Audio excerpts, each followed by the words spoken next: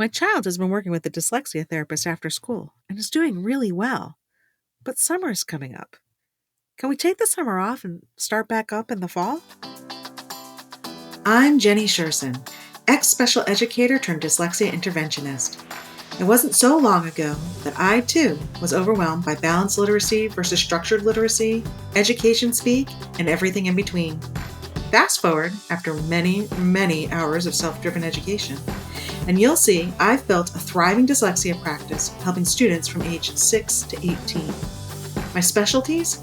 Working with the quote-unquote difficult, almost always 2E, student, and breaking down the complexities of dyslexia into everyday language strategies and action steps.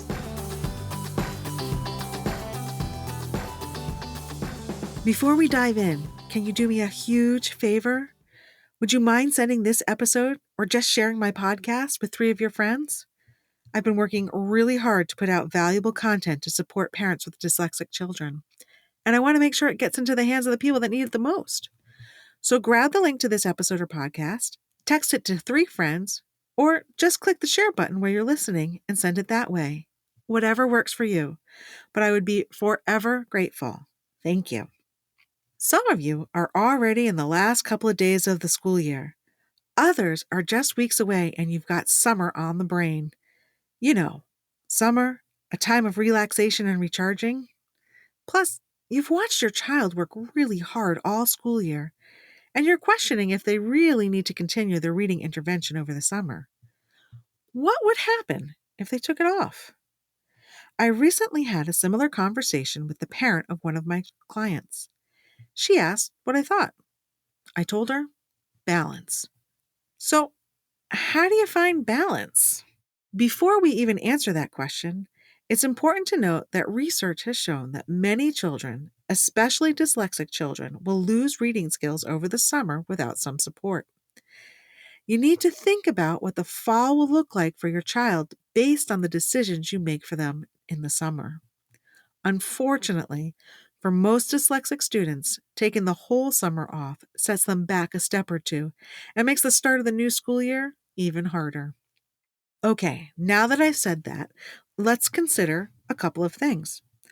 When you think about this summer, what are your main priorities and goals? What do you want to achieve for yourself, your family, and your dyslexic child? Next, what experiences and events do you want to attend this summer for yourself, your family, and your child? Once you've answered those 2 questions, ask yourself, is there a way to balance these 2 things? For example, maybe you really want your child to have a camp experience, but you also want to keep them moving forward academically. Believe it or not, there are some summer camps out there that blend both summer camp fun and academics. The OGA fellow I'm working with on my certified level certification runs one of them, Beck at Kildonian. They provide both day and boarding camp options with one-on-one OG instruction and activities ranging from outdoor things like archery and mountain biking to builder activities like Lego design and woodworking. It's pretty impressive. I'll put a link to it in our show notes. Maybe you're not in the New England or New York area and can't get to Beck. Google dyslexia summer camps near me or in your state. You might be surprised by what you find. I just did a quick search and found camp options in Massachusetts, North Carolina, Illinois, Colorado, and California. Maybe camp isn't an option for you. Maybe your best option is a balance of therapy sessions and family time.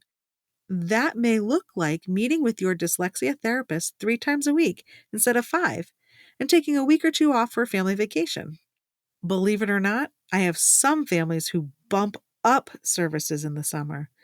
Quite a few of my students get bumped from 2 to 3 days a week to 4 to 5 days a week for about 6 weeks, with a couple of weeks off at the beginning or end of the summer.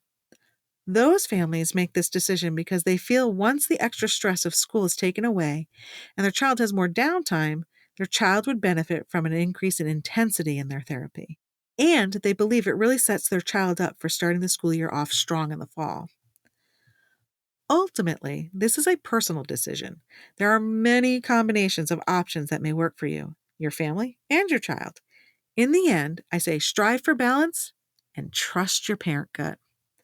If you have any further questions about summer sessions, please feel free to sneak into my inbox. We'd also love your input. What would you like to hear from us in the future? Is there a topic we haven't covered yet you really want to learn more about? Or do you have a pressing need and you're not really sure how to handle it or move forward? Send us a DM on Instagram or drop us an email at Jenny@literacyuntangled. That's JENNIE @literacyuntangled.com. We can't wait to hear from you. Until next time, bye-bye. I hope you enjoyed this episode of Literacy Untangled. If you loved this episode as much as I did, head on over and rate and subscribe so you never miss an episode. If you want to continue the conversation or share your takeaways, head on over to our Instagram @LiteracyUntangled and comment on your favorite part. I can't wait to hang out with you again soon. Bye!